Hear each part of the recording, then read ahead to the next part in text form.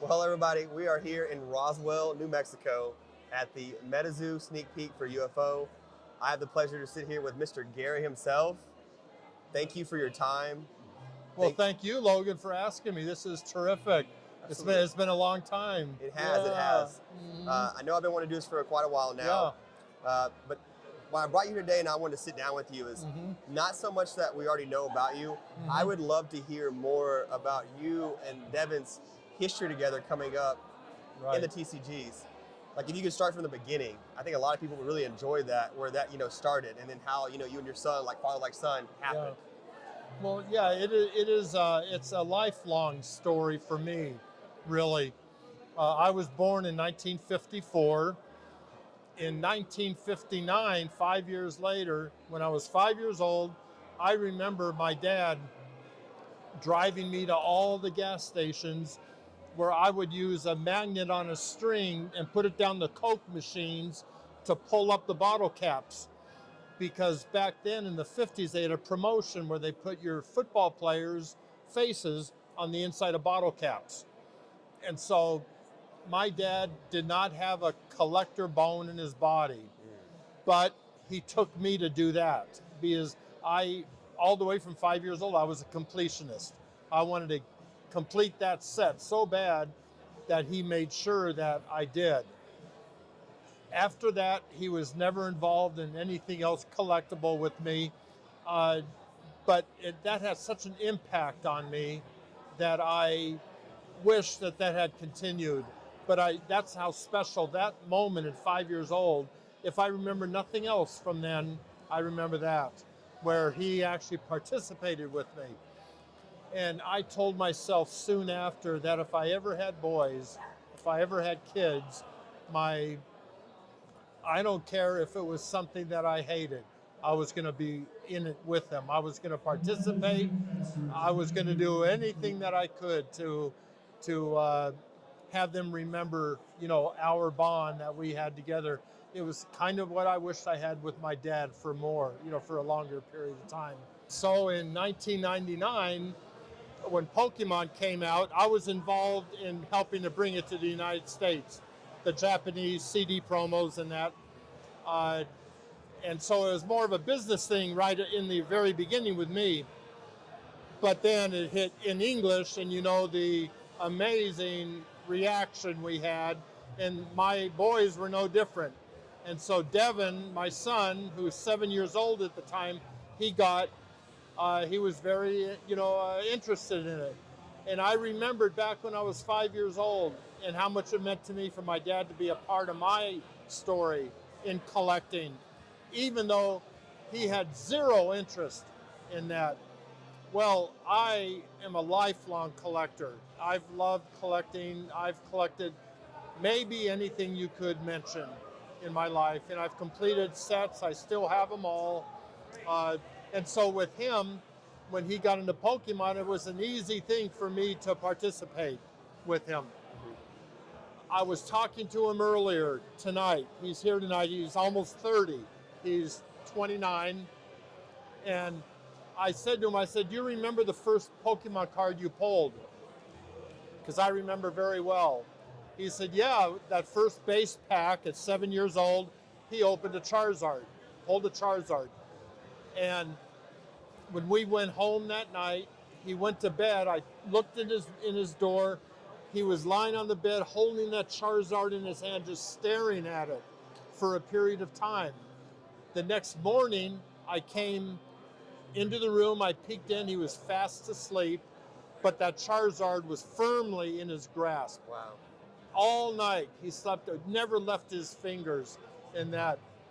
And that made me realize how important it was for me to not be too busy. I always had jobs, I was always busy, but not ever be too busy for him and his collecting, and that be a part of it. Or with his sports. He loved sports. I took him to all his practices, everything. And so it wasn't too much of a reach for me because I love collecting and I love sports. For me, it was almost like I was reliving a part of my childhood that was the most meaningful for me. And it also reminded me of a bad part of my childhood where I lost that feeling, where my dad no longer had time for it. And I thought, I'll never be like that. And I think now, as you can see, 20 some odd years later, here we are together at the MetaZoo, party, and we're still collecting and doing all the stuff together again. So that's pretty much what collecting means to me. And if not for collecting, there's no question Devin and I, my son, would never be as close as we are.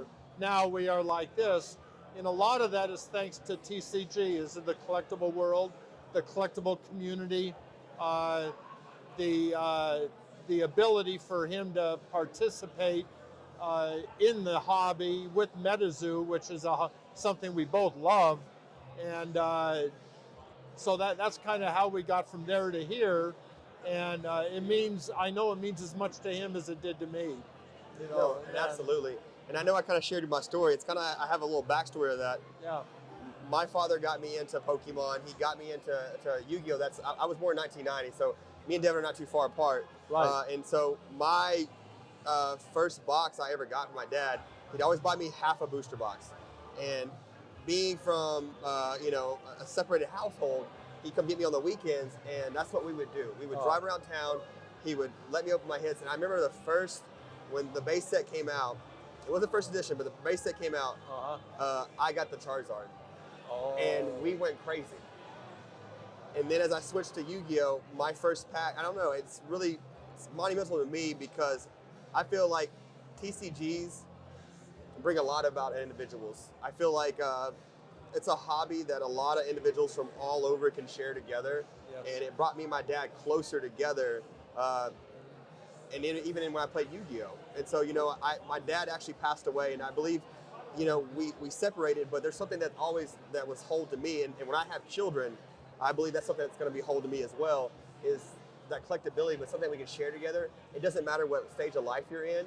It's something that we all can look at and go, wow. Right, yeah, very similar, isn't it? Yes. And I hope for the same thing for him and for you with your own kids, and just remembering how important it is to you. Had I not had that one weekend period where my dad took me around to collect those bottle caps, that might have changed everything in my life. And that was so important that it affected, I'm 68 now, and it's affected every day up until this day. So that tells you how important that is. It is. And we're going to remember that, and Devin, I hope, is going to remember that with his kids.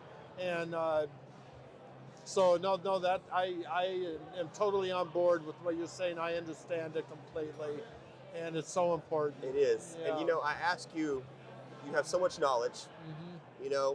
I look up to you personally. Thank you. From your stories and everything that you're doing and the passion you have. Thank you. What do you tell the next generation of fathers in the same situation, that want to do what you do? They look up to you, they want to stream, and like, I'm very passionate about these fathers doing stuff with their children on breaks, and I send them stuff, but like, what is that you can give to the next generation as a father, and tips that you learned from your father, and now you being a father yourself? I think maybe the most important tip that I could give is that everything I could do and can do for my children, I'm doing for myself.